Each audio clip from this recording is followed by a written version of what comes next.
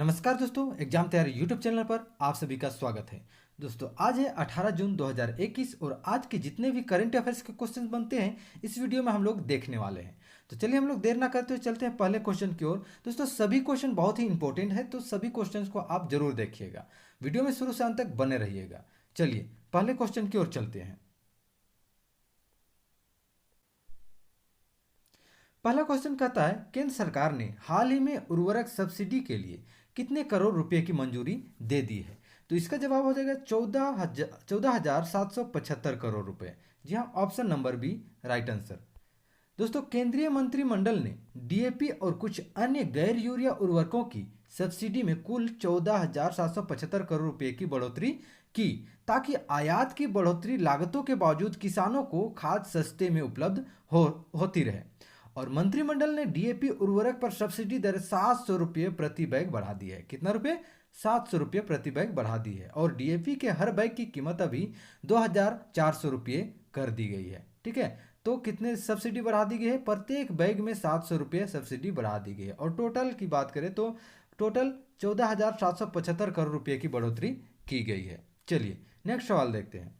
Next सवाल है, अंतर्राष्ट्रीय पारिवारिक प्रेषण दिवस निम्न में से किस दिन मनाया जाता है? तो यह मनाया जाता है 16 जून को। Option number A is a right answer. दोस्तों हर साल संयुक्त राष्ट्र द्वारा 16 जून को अंतर्राष्ट्रीय पारिवारिक प्रेषण दिवस मनाया जाता है। यह दिन विदेशों में रहने वाले प्रवासियों के प्रयासों को सम्मानित करने और अपने देश में अपने परिवार के सदस्यों के जीवन को बेहतर बनाने में मदद करने के लिए मनाया जाता है। और पहला अंतर्राष्ट्रीय पारिवारिक प्रेषण दिवस 2015 में मनाया गया था। चलिए याद रखिएगा। नेक्स्ट सवाल है, महाराष्ट्र सरकार ने कोविड-19 के कारण अनाथ हुए बच्चों के लिए कितने लाख रुपए की सहायता देने की घोषणा की है? तो यहाँ पर की गई है 5 लाख रुपए।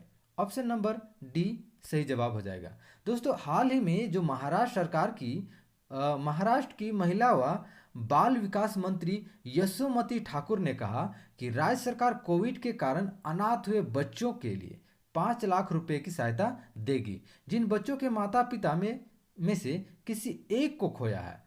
जी हाँ, यहाँ पर बोला जा रहा है कि जिन बच्चों ने माता पिता में से किन्हीं एक को खोया है उनके नाम पर महाराष्ट्र सरकार 5 लाख रुपए की फिक्स डिपॉजिट खोलेगी। और उन बच्चों को हर महीने 1,125 रुपये का मासिक भत्ता भी मिलेगा। याद रखिएगा कौन सरकार की गई है? महाराष्ट्र सरकार। कितने लाख रुपए?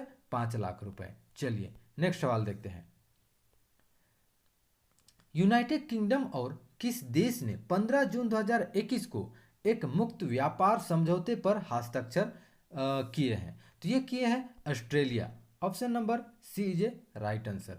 जी हाँ, यूनाइटेड किंगडम और ऑस्ट्रेलिया ने 15 जून 2021 को एक मुक्त व्यापार समझौते पर हस्ताक्षर किए हैं। यह व्यापार सौदा कई वस्तुओं पर टैरिफ को समाप्त करता है और ब्रिटेन के यूरोपीय संघ से बाहर निकलने के बाद इस सौदे पर हस्ताक्षर किए गए थे।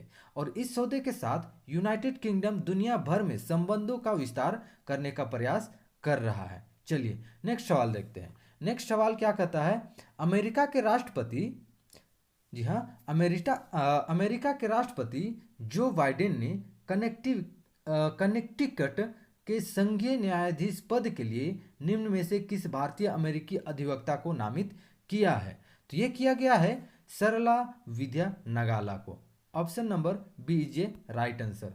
दोस्तों अमेरिका के राष्ट्रपति जो बाइडेन, याद रखिएगा अमेरिका के राष्ट्रपति कौन है? जो बाइडेन ने कनेक्टिकट के संघीय न्यायाधीश पद के लिए भारतीय अमेरिकी अधिवक्ता सरला विद्या नगाला को नामित किया है। और नगाला ने वर्ष 2005 में स्टैनफोर्ड यूनिवर्सिटी से स्नातक की डिग्री हासिल की थी। और इसके बाद उन्होंने 2008 में कैलिफोर्निया विश्वविद्यालय के वर्कले स्कूल ऑफ लॉ से स्नातक की उपाधि और यूरिस डॉक्टर की डिग्री प्राप्त की थी।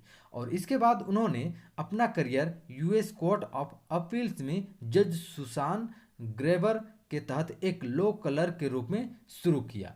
और उन्होंने सैन फ्रांसिस्को कैलिफोर्निया में भी अपनी सेवाएं दी है। ठीक है, चलिए नेक्स्ट सवाल देखते हैं। विश्व मरुस्थलीकरण और सूखा रोकथाम दिवस निम्न में से किस दिन मनाया जाता है? तो ये मनाया जाता है 17 जून को। Option number D is a right answer. 17 जून को विश्व मरुस्थलीय और सूखा रोकथाम दिवस मनाया जाता है। जी हाँ, यह दिन मरुस्थलीकरण और सूखे की उपस्थिति के बारे में जागरूकता बढ़ाने और मरुस्थलीकरण को रोकने तथा सूखे से उबरने के तरीकों पर प्रकाश डालने के लिए मनाया जाता है। तो किस दिन मनाया जाता है? 17 जून को विश्व मरुस्थलीय और सूखा रोकथाम दिवस मनाया जाता है। चलिए नेक्स्ट सवाल देखते हैं। नेक्स्ट सवाल कहता क्या है?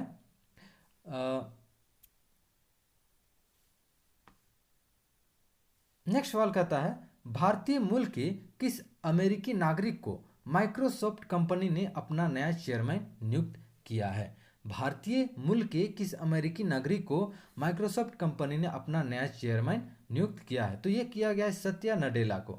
Option number C is a right answer. Satya Nadella को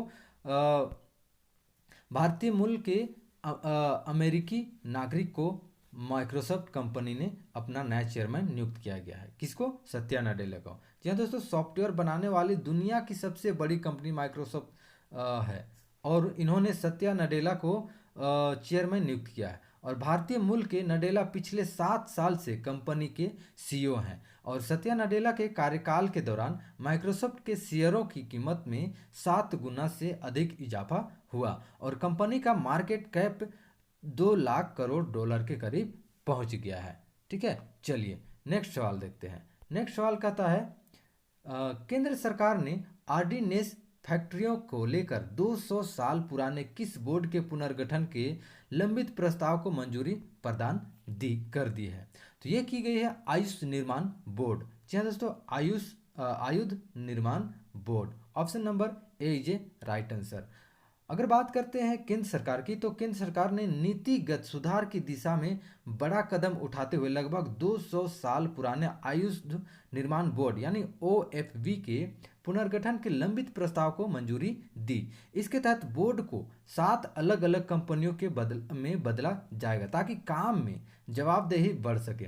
और रक्षा मंत्री राजनाथ सिंह ने कहा कि यह एक बड़ा निर्णय है जो भारत की राष्ट्रीय सुरक्षा आवश्यकताओं को पूरा करेगा और यह रक्षा उत्पादन के हमारे लक्ष्यों को प्राप्त करने में मदद करेगा। तो दोस्तों, ये थे आज के इंपॉर्टेंट कुछ क्वेश्चंस जो आने वाले एग्जाम्स के लिए बहुत ही इंपॉर्टेंट साबित होने वाली है। अगर वीडियो आपको अच्छा लगा तो वीडियो को एक लाइक जरूर कीजिएगा, दोस्तों के साथ शेयर जरूर कीजिएगा और डेली करंट अफेयर्स के वीडियो पाने के लिए आप मेरे यूट्यूब चैनल को सब्सक्राइब करके बेल आइकन जरूर दबा दीजिएगा। चलिए आगे आने वाले वीडियो में फिर से मिलेंगे, तब तक के लिए अपना ख्याल रखिएगा। जय हिंद, वंदे मातरम।